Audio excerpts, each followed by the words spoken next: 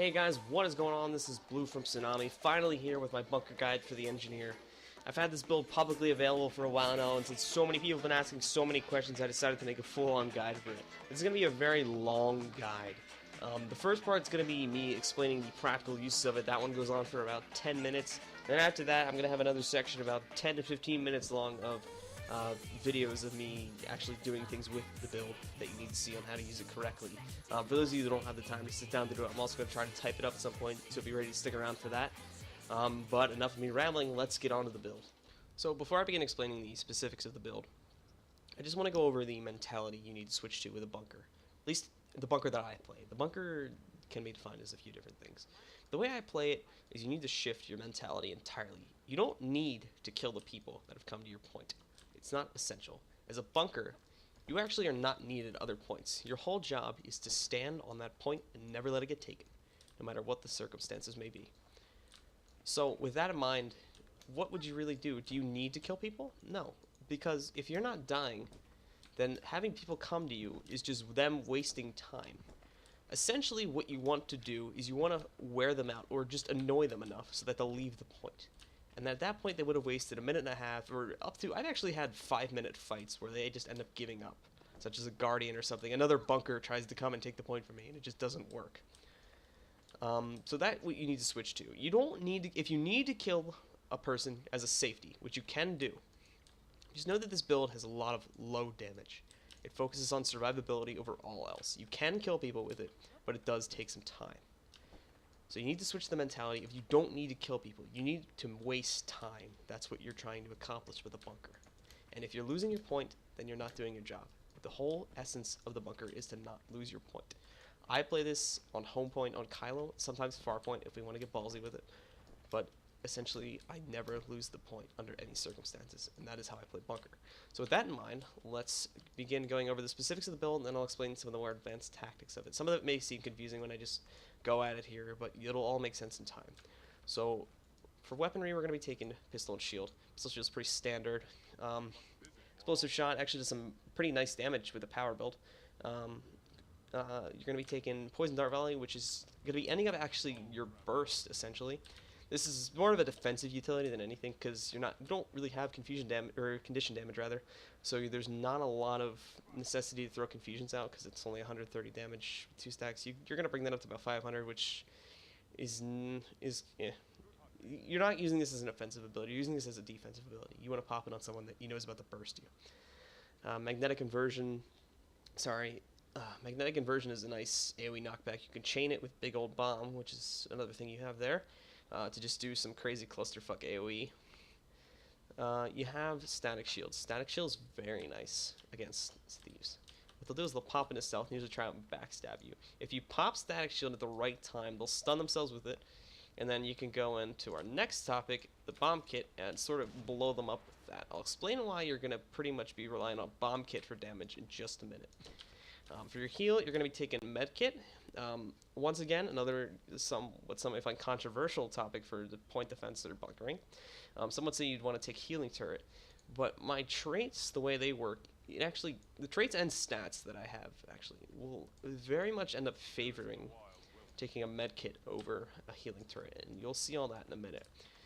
Once again, bomb kit. Bomb kit's actually pretty standard, just for if you're going to be fighting on points and not roaming, because the bombs themselves will generally take up a good portion of the point, so they kind of have to take the bomb heat if they want to fight you, which is nice.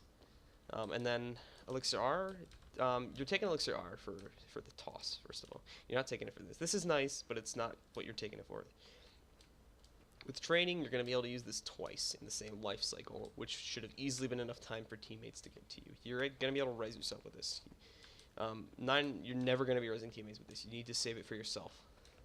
Never use it to cure conditions either. And then you're going to be using Elixir Gun. Elixir Gun is 9 times out of 10 what your defense is. Throw this down. Oh, look, a Super Elixir. Now you can toss another one right on top of that. Now with the stats I have, I'm now getting about 500 healing ticks a second. I'll show this to you with a few combat clips in a minute. And then this is nice as well. Pretty much just pop that the second you go into combat. And then, obviously, we're going to take a supply crate because nothing else is viable at the moment. So that's the traits, or I'm sorry, that's the utilities and abilities. Let's move on to traits now. So now let's take a look at the traits. The talent spread or trait spread itself is 25, 0, 0, 30, 15. Let's go over the crucial pieces of the build. 25 points explosive. Now, some might call that strange, going 25 points for this. Explosions cause vulnerability for 5 seconds. But this build is a power build. So, spamming your bombs is going to be able to put about between 15 to 16, possibly even 17 stacks of vulnerability on your opponent at all times, making the bombs that are going to tick for about almost 2k a hit if you're getting lucky. So that is why I feel that's necessary. Some might debate the other way, but that's how I feel about that. And then the major traits are being taken, obviously, to increase the bomb potential. Pretty much how the bombs work is it's a sort of snowball effect. The more they're fighting you, the more vulnerability stacks they're going to have on them, and the more damage they're going to end up taking in the long run. And if you need to kill them, then the easier it is for you to kill them. These are very meh. I really didn't care for these. What you're taking explosives for is this, this, and this. None in these, obviously. Now, alchemy. You want to go 30 points in alchemy, increased vitality to counter conditions, because engineers, in my opinion, are very weak to conditions. An automated response. Automated response, some argue it's very meh. I think it's amazing. So there's that. This is, once again, not taking it for this. Now this, as some people do not know, actually does work with Super Elixir. So you'll see how that works in a minute. This is just, like I said, minor trait, not taking it for that. This is being taken generally out of the fact that there's really nothing else to take here. You don't want to take this for the simple reason that you can't cap points when you're in this state. So it's not optimal, especially if you're about to lose a point on a decap. So I took that because it's nice to counter a slight amount of burst. Because most bursts from words and keys involve some sort of disabling prior to that. So then tools, 15 in tools, and now we're gonna take this sincerely for the fact that we can throw it in a super elixir, and with healing, it's amazing. And then inertial converter is the reason why you take medkit.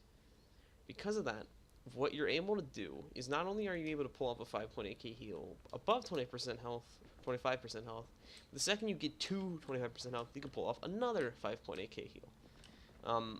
I don't know the internal cooldown on this, but it doesn't seem like it's that long. So there's the traits. Let me just go over them real quick for those of you that missed it. 25, 0, 0, 30, 15. Explosives, you're taking 3 to increase the radius, which if you're not taking this, I don't know why you're using bomb kit in the first place, as well as 8, which is going to decrease cooldowns of bombs. Alchemy, you're taking automated response as a defensive cooldown. It's nice if you have multiple conditioned people on you. It stops conditions from coming in the first place once you get below 25% health. You're taking this because it can be used with super elixir to clear conditions, as well as while using this to clear conditions as well. So you do have a lot of condition removal. And this is just a choice to sort of, because there's nothing else to take. This has to be taken or this build won't work.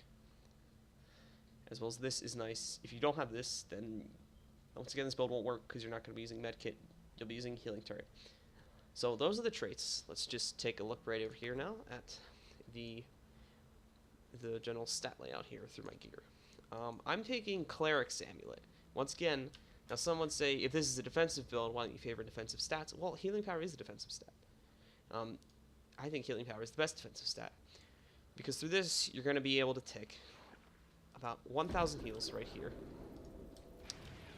1,000 heals by throwing both of these down on the floor. As well as, when they're stacked on top of each other, 500 healing a second. You have this buffed up to about 6k healing, and you can, so that right there is about 12k healing chained into a matter of seconds, really. This is also increases that, so there's another 3.1k. And then you also have medkit, and then these are buffed to about 1.5k each. So you have an amazing amount of healing at your disposal, and that really counters, because defensive stats are passive, you don't control it. The healing you do control, so it's very nice, and I think it's a lot better than defensive stats. So then for Sigils, I'm taking water, once again, more healing, as well as Bloodlust to... Why take Bloodlust if you're focusing on defense? Because you still do need to kill people in emergency scenarios, so it's nice to have extra power. You're going to start at 1,800, and you're going to get up to about, I think it's 2,500. And then due to the recent nerf on Earth runes, I'm taking Melandru. It's just simply because if you're stunned, you're generally not going to live as long. So that's why you're taking Melandru there, is generally to decrease the amount of times that you're standing still. So there's all that. So now that we have the build itself explained, I'm going to show you guys a few combat clips and try to explain some of the tactics of this build. It's very, I played very differently depending on every scenario, so unfortunately I can't cover every bit of it in this video. But just a few key things that you need to know, and then after that, I think you will have heard everything you need to know about this build, and you'll be good to go. So let's roll the clips.